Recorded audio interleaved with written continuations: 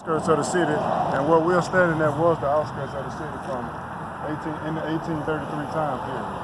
So dealers came from all over the country to come into this area and bring people who look like us into this area. This is during the time of the domestic slave trade. So the international slave trade has ceased to exist. 1808 is the last time when the international slave trade is banned in America. So afterwards, we're now going into the phase of the domestic slave trade. And by 1833 or the 1820s, here in the Natchez area, Natchez is is a big hub for slave trading in America. And so here are routes of how enslaved African people are coming into Natchez through the domestic slave trade. They're coming so as far as Illinois, Florida. You're seeing them coming from the eastern seaboards of the United States, and they're even coming from the Gulf Coast also. So the philosophy of right there, you see the valley right there, slave territory? Yes, these are states that slavery is going on, and these are, I guess you could say, passages of how where enslaved African people are coming from in America. So such as Alabama, Tennessee, North Carolina. They're being woke here with the chains on the chains that you have there, and the slave master or the trafficker has the whip or the gun to keep them in subjection. And so you're seeing again. I'm sorry. No, that's me. And so you're seeing enslaved people coming so as far as St. Augustine, Florida, coming from Ohio, coming from Kentucky, to be brought here to be sold in support of slavery. And so the reason why this place is called the Forks of the Road is for the three ways that you can come into Natchez.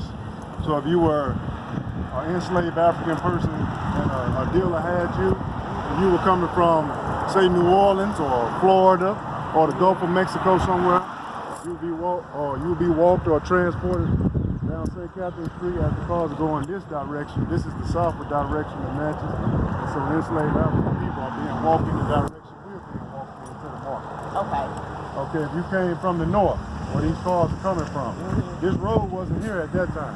The road was over here. So enslaved African people are being brought northward down the Natchez Trace to Washington Road, which is now Old Washington Road. Washington Road is the road that leads you to Natchez, and when they get to Washington Road, there's a bridge that's down there. You've seen it before. Yeah, right. That bridge is where they're walking to the different marketplaces that are here. And if you came from the east, say South Carolina, Georgia, Alabama, states like that, enslaved African people are being walked from this road right here, which is now Liberty Road, and they're being walked to the Forks of the Road to be sold to whatever marketplace or whatever dealer's going to sell them here at the marketplace. So you say they walk where Old Washington Road is now? Yeah, Old Washington Road was Washington Road. So it came from north, east, south, and west. They had different areas for everybody that was coming from whatever direction. Yeah. They were different dealers were from those areas. We can stand over here. Okay. Different dealers were from that area. So, like O'Farrell. You see O'Farrell Street, right? Yeah. O'Farrell was named after John O'Farrell. John O'Farrell was an Irish immigrant who came into the city of Natchez in 1837. By 1845, this piece of property that we're standing on, and that street over there, O'Farrell Street, was his property that he sold slaves on. Okay. He bought this property from Isaac Franklin. And when we get across the street over to that third panel, that's when I'll tell you more about Isaac Franklin and his impact on the slave trade, not only in Natchez, but throughout the whole South. Okay. So O'Farrell buys this piece of property from Isaac Franklin in 45. O'Farrell doesn't necessarily bring enslaved people in here to Natchez. If I was a dealer from Kentucky and I needed somewhere to sell my 15 slaves that I'm bringing from Kentucky, I could come here to O'Farrell and say, O'Farrell, for every slave that I sell or every Negro that I sell, I'll give you a commission. And so that's how O'Farrell is able to be prominent in the slave trading industry in Natchez during that time. Okay. So the notorious... She was the middleman. Yes, he was the middleman, basically. I could sell whatever you got. No, that house didn't come here till later. Okay. So what, to give you an idea of where all the dealers were,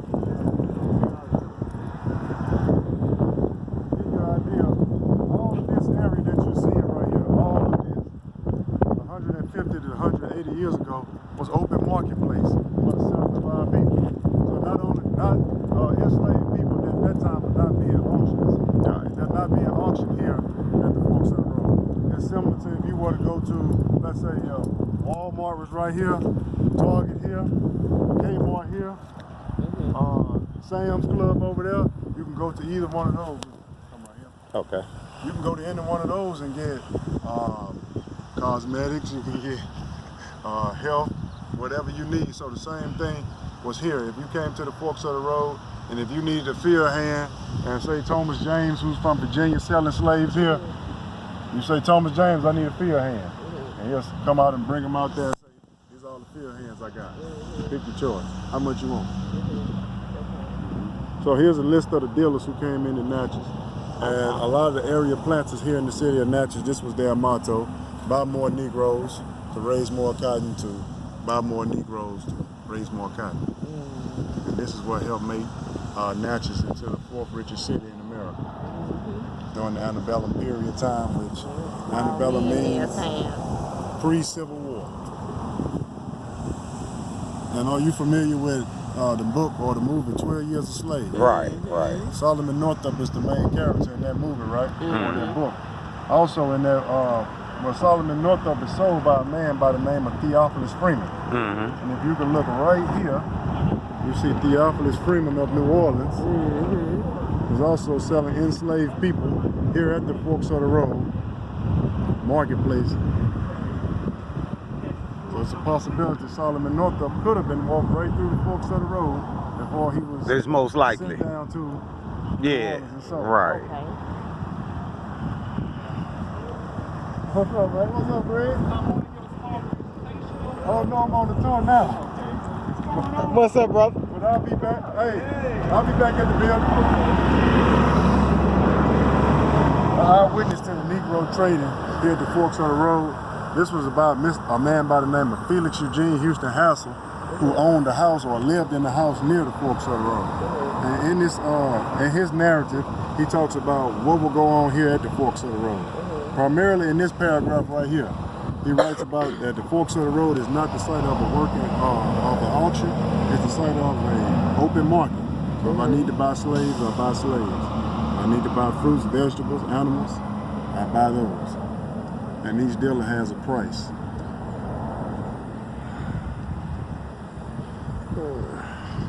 Here's an ad.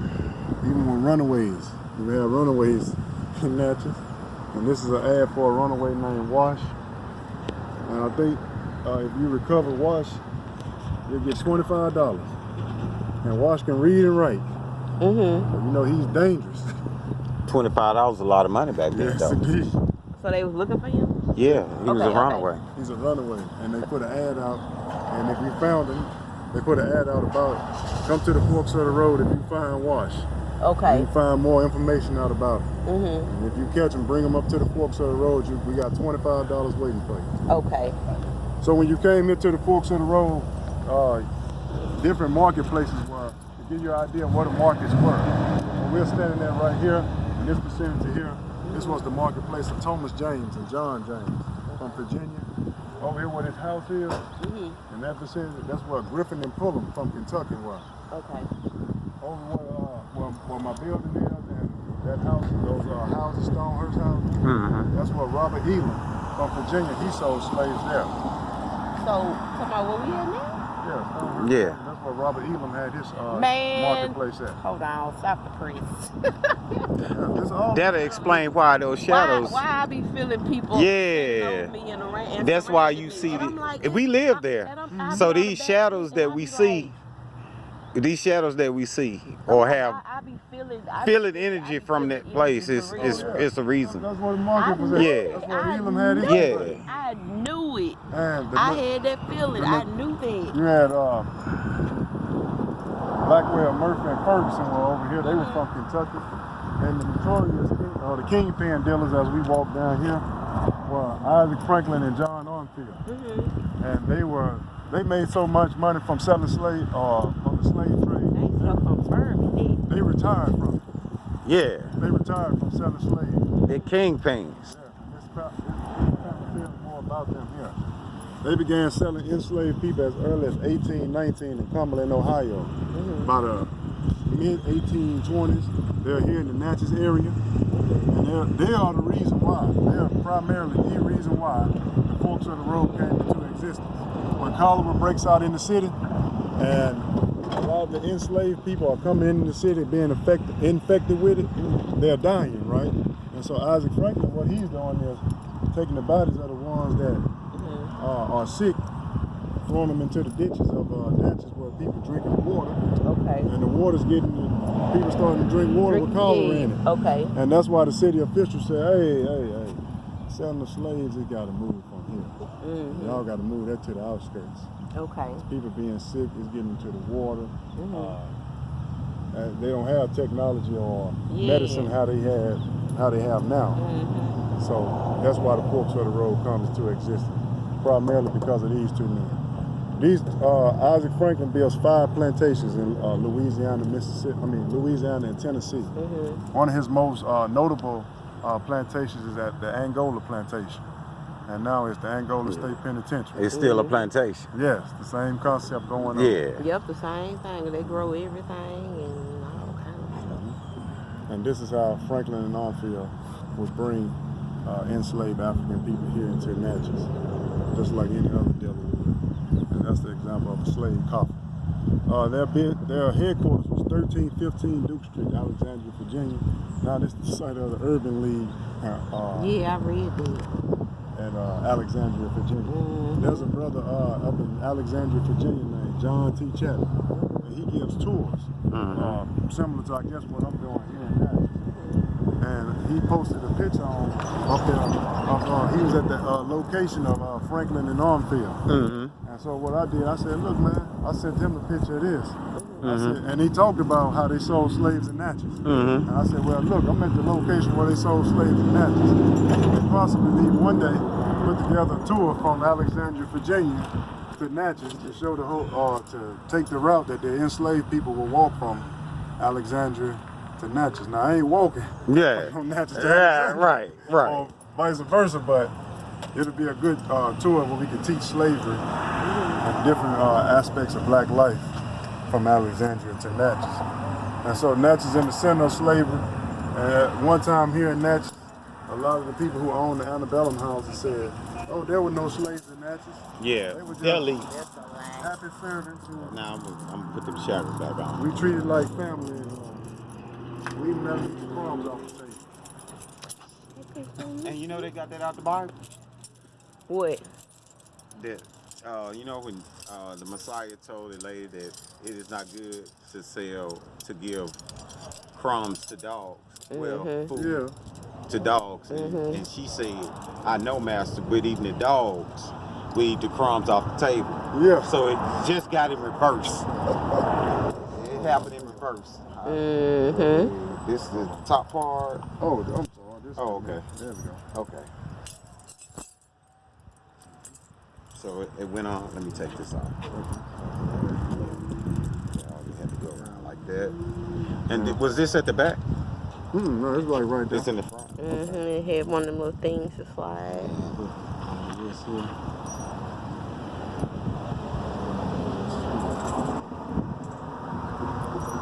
Give us free. Give us free. You want to take a picture? Yeah, I want you to take a picture. Okay.